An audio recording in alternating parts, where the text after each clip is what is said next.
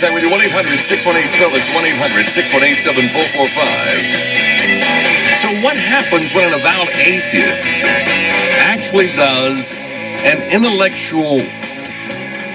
little intellectual research into religion to find out what all the hubbub is about?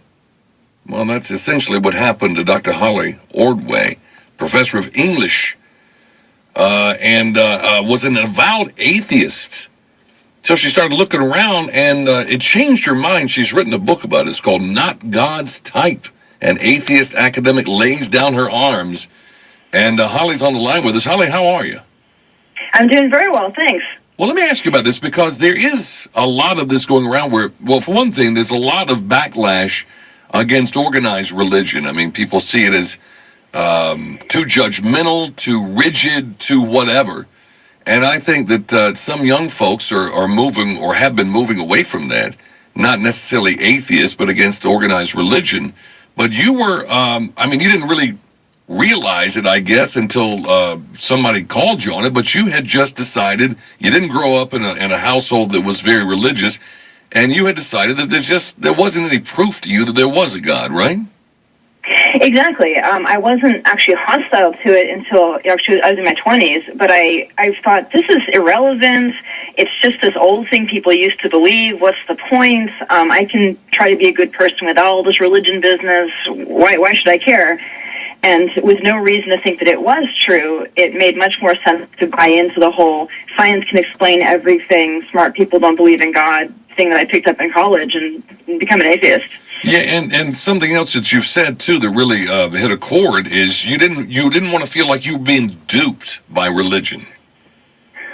Yeah, and that comes down to the understanding of what the word faith is, and I really did not understand what that word really means, because what I picked up just from the way people used it casually was faith meant that you believed, quote-unquote, something that you had no proof for, or that you even knew wasn't true, but you were believing it because you were going to get, a prize.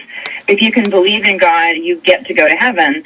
And the problem is that I knew that if I didn't have a reason to believe something, I can't believe it, no matter how much I might want to.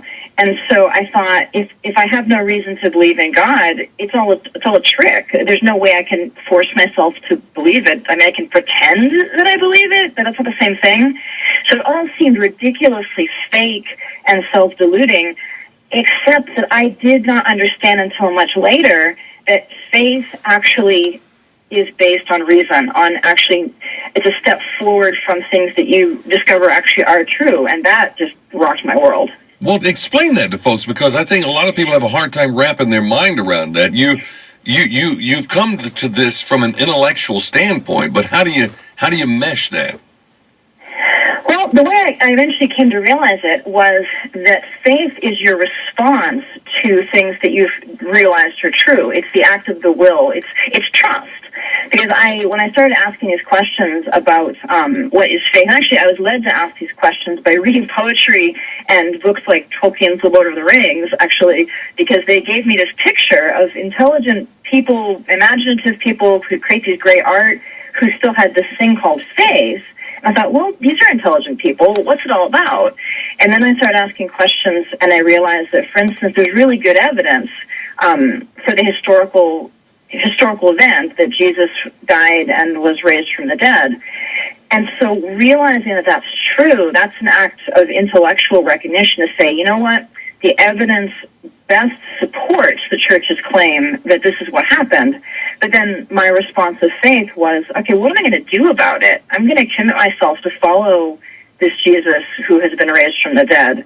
And that's the faith that's actually based on reason. It's based on, okay, this happened, and I'm going to trust Jesus because of it.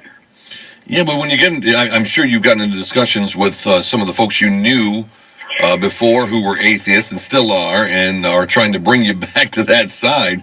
When you get right down to it, it is all about faith. So, there is no proof either way. They can't prove there is no God. You can't prove there is. And that, again, comes down to the meaning of the word prove. And see, I'm an English professor, so meanings of words are really important.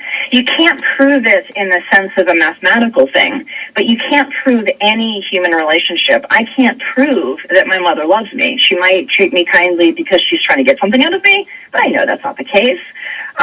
When it comes to things like making conclusions about does God exist, there is evidence. Now, there's loads of evidence and loads of things you can pull together and say, what's the best explanation of all of these things together? Now, if I'm bound and determined to reject that conclusion, I can. His relationship with God is one of love. He can't force me and have it still be love, the same way that my mom can't force me to say, I love you and mean it. I have to look at it and say, I'm willing to take this step based on what I know. And if I really, really want to be suspicious, I'm free to. That's the paradox of freedom when it comes to evidence. Well, I want to ask you how you got past the chump factor of it, because that is something which I really don't quite understand that with some people I've talked to. They say, well, I don't want to be a chump. And I'm going, at the very base of it, what does it hurt? I mean, what does it hurt to be a chump? I mean, if you find out at the end of the day that you were not right after you go through your entire life believing in God, what's it going to hurt to have believed in God? How do you intellectually, how do you navigate that? Well, that wasn't an intellectual thing. That was an emotional thing. And I think it helped that my fencing coach, who was being my mentor with it, with all this and allowing me to ask questions, he validated and said, what, it's okay to be scared. It's okay to find this really unsettling. It's a big deal. Like, this really will turn your world upside down. It's natural. In fact, it's a good response. It's a healthy response to think, oh no, this is scary. And I think that's important, because that way I could realize that my fear of being a chump was actually a kind of the natural fear of wait, this is a big deal. And I could acknowledge that and say, okay, I'm gonna trust that my coach who's guiding me in this, he's not gonna say anything that's gonna make me feel like an idiot. I'll take one more step and one more step, and then finally realize, okay, I can do this. So you were not raised in a household that went to church, right? No, not at all.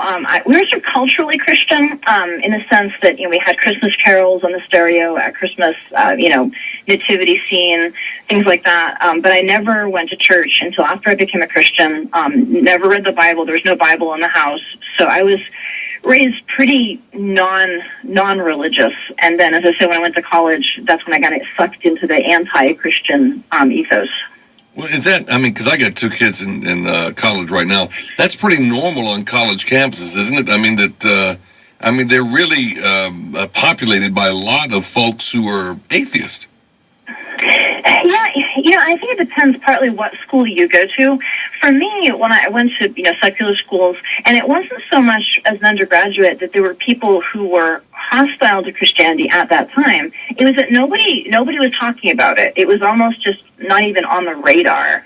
And I'm sure I knew some Christians, but I didn't see any evidence of Christians who really believed what they believed and talked about it. I had nothing substantial to show me that people actually took their faith seriously. It was like a vacuum.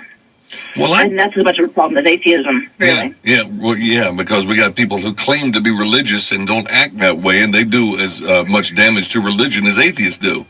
But there are a lot of folks out there that I am trying to get my kids to look at as well, and that is people who have that, that light in their life. And my kids tend to be drawn to those folks, whether they realize why they're drawn to them, but they're really drawn to people with a deep religious belief. Exactly. And that's why I think discipleship is one of the most important things that we can do for witness, because the stronger our relationship is with our Lord, the more we're going to be attractive, and people will want to ask us, well, what is it that you believe? What's this faith? Why do you go to Mass? Those kinds of questions. Well, so the transformation took place when in your life? How long ago did this happen? Oh, let's see. I was baptized in 2006, so I think that's 8 years ago now. Mm-hmm. And I became a Catholic 2 years ago. Okay, so you've really jumped in. Not only are you a Christian, but you're a Catholic.